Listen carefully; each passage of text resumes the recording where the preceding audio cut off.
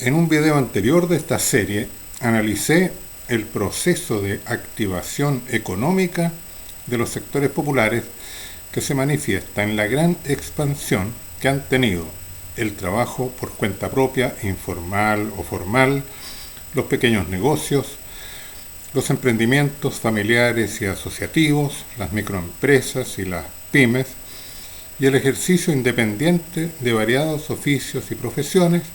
facilitados por la Internet. Esas personas que son capaces de generarse de modo independiente sus medios de subsistencia y de progreso, como no dependen de un empleo público ni de un trabajo asalariado, son bastante independientes, tanto respecto del Estado como del gran capital privado. De hecho, no esperaban del Estado subsidios ni privilegios, sino que cumpliera sus funciones de proteger de la delincuencia, garantizar la propiedad y los contratos, controlar la inflación y otorgar buenos servicios públicos de salud, previsión y educación. Para todo lo demás, ellos confiaban en sus propias capacidades y en la posibilidad de acrecentarlas mediante la educación. Por ello, durante décadas, participaron muy poco en la política, caracterizándose como políticamente independientes. Expliqué por qué y cómo esa situación cambió por una secuencia de motivos y de circunstancias que los han afectado, dándose lugar a un proceso que llamé de activación política de esos sectores independientes, cuya manifestación más clara fue la presentación de candidaturas y de listas de independientes en las recientes elecciones para la Convención Constitucional, llegando a obtener una inesperada y altísima representación mayoritaria. Esos vastos sectores ciudadanos, precisamente por ser económica y políticamente independientes, son fuertes y, si se organizan y se empoderan socialmente, tendrían la posibilidad de impulsar y de actuar procesos estructuralmente transformadores tanto del modelo económico como de la institucionalidad política del país. Podrían hacerlo, ante todo, desde la Convención Constitucional y luego a través de su participación en las futuras elecciones políticas. Ellos son, en realidad, los únicos sectores sociales que pueden hacerlo, que pueden realizar esas grandes transformaciones, si llegaran a constituir una gran fuerza organizada. Y esto, como he explicado en un video anterior, requiere que transiten desde la situación de independencia a la condición de autonomía a través de un proceso cultural, cognoscitivo y organizativo. ¿En qué consiste la autonomía? Recurrimos nuevamente a Antonio Gramsci para explicarlo. Sostiene este gran pensador y político italiano que toda fuerza o movimiento capaz de transformar la economía y la política pasa normalmente por tres etapas o fases que la convierten finalmente en imbatibles. La primera etapa es la de separación o independencia. Es la fase en la cual dejan de sentirse parte del orden establecido y se van separando de él y adquiriendo progresivamente la capacidad de decidir por sí mismos y de autodirigirse. En nuestro proceso nacional sería la fase de la activación económica de esos grandes sectores populares y medios que ya analizamos. Esta activación económica constituye ya un cambio social importante, en cuanto con ella se ha creado y ha crecido un grupo o categoría social muy numeroso que comienza a no depender ni estar subordinado al gran capital y al Estado. La segunda etapa, dice Gramsci, suele ser de antagonismo contra el sistema del cual esas personas y grupos quieren separarse y que sienten como opresor en cuanto les dificulta ser lo que aspiran y vivir en la sociedad que quisieran. Este antagonismo se manifiesta en posiciones antisistémicas y más específicamente anticapitalistas y antipartidistas, antipartidos, en cuanto perciben que quienes los oprimen y quienes les dificultan desarrollarse son el gran capital privado en lo económico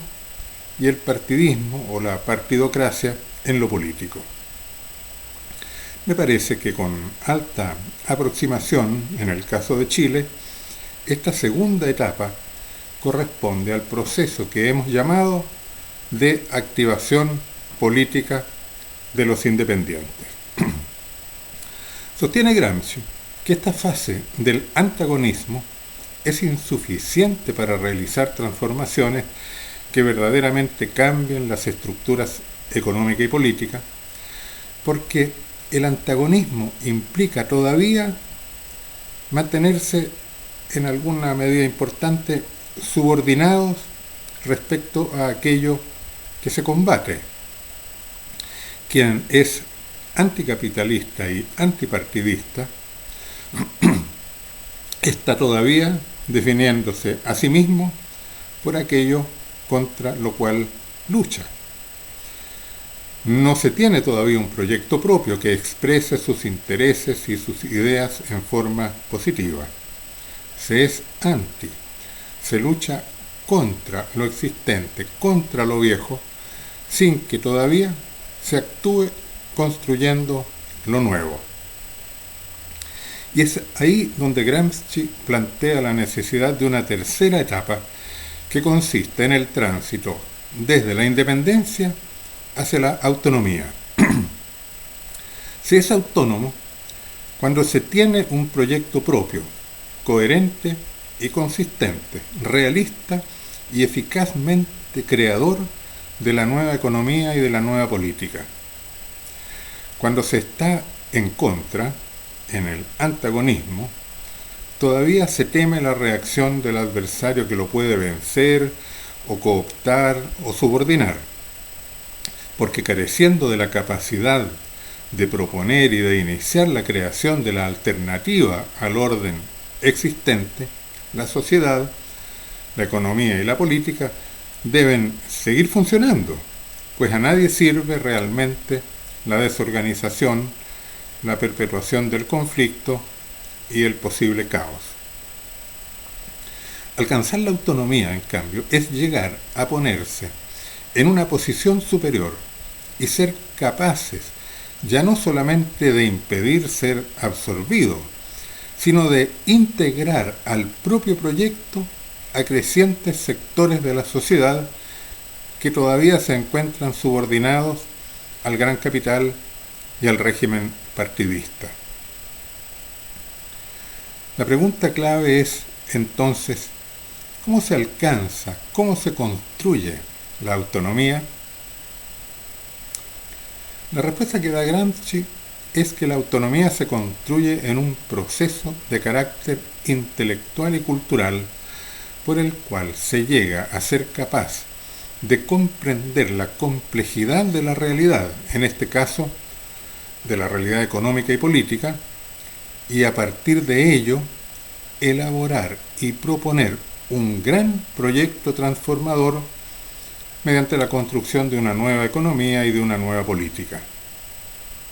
Esto requiere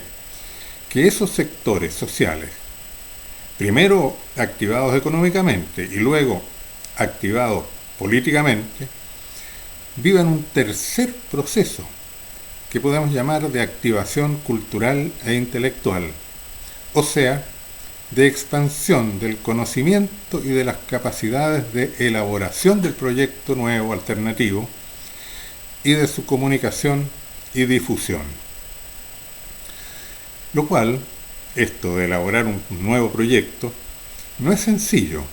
atendiendo a la complejidad de los problemas reales y actuales que afectan a la sociedad y a la humanidad entera. Los problemas del medio ambiente y de la ecología, de la pobreza, la inequidad y la desigualdad social, del trabajo y de la economía, de la organización institucional y política del Estado, de la articulación entre los valores de la justicia, la libertad y la solidaridad, constituyen cada uno de ellos un enorme desafío. Y mayor aún es el desafío cuando comprendemos que todos esos elementos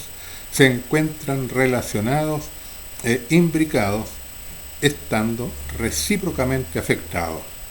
Las soluciones económicas deben tener en cuenta su viabilidad política y al mismo tiempo las exigencias de la ecología y el ambiente, la realidad de la pobreza y la inequidad, los problemas del empleo y del trabajo, las libertades que no deben resultar cercenadas, junto con las necesidades de justicia, integración y solidaridad social. Y es aquí donde los grupos sociales independientes, activados económica y políticamente, necesitan desplegar ampliamente el aprendizaje y el conocimiento de la realidad y de sus potencialidades. Pero ese aprendizaje y ese conocimiento no debe hacerse de manera dependiente de las ideas y de las disciplinas económicas y sociales desarrolladas por los economistas y sociólogos cuyas disciplinas no tienen la capacidad de comprender la complejidad de los problemas, ni tampoco de proyectar eficazmente las respuestas y soluciones adecuadas. El proceso de conquista de la autonomía requiere encontrarse con las nuevas elaboraciones científicas y filosóficas comprensivas de la complejidad, que son portadoras de nuevos paradigmas y que apuntan a resolver los problemas con base en experiencias prácticas y alternativas concretas que se están desplegando en muchas partes del mundo. En este sentido, es promisorio que en el proceso de activación política de los independientes estén participando y convergiendo muchas y diversas causas: ecologistas, ambientalistas, feministas, libertarios, cooperativistas, del buen vivir, de los pueblos originarios, de las tecnologías libres, defensores del agua, de las cuencas y de los humedales, grupos culturales que expresan el arte y el sentir popular y callejero, promotores de la descentralización, defensores de los territorios locales, etc. Las conexiones entre esas diferentes causas se dan, de hecho, en los procesos prácticos de la activación política de los independientes. Pero para que esos vínculos, esas relaciones entre esas diferentes causas adquieran consistencia y para que cada una de esas causas se enriquezca en el mutuo conocimiento y reconocimiento de y con las otras,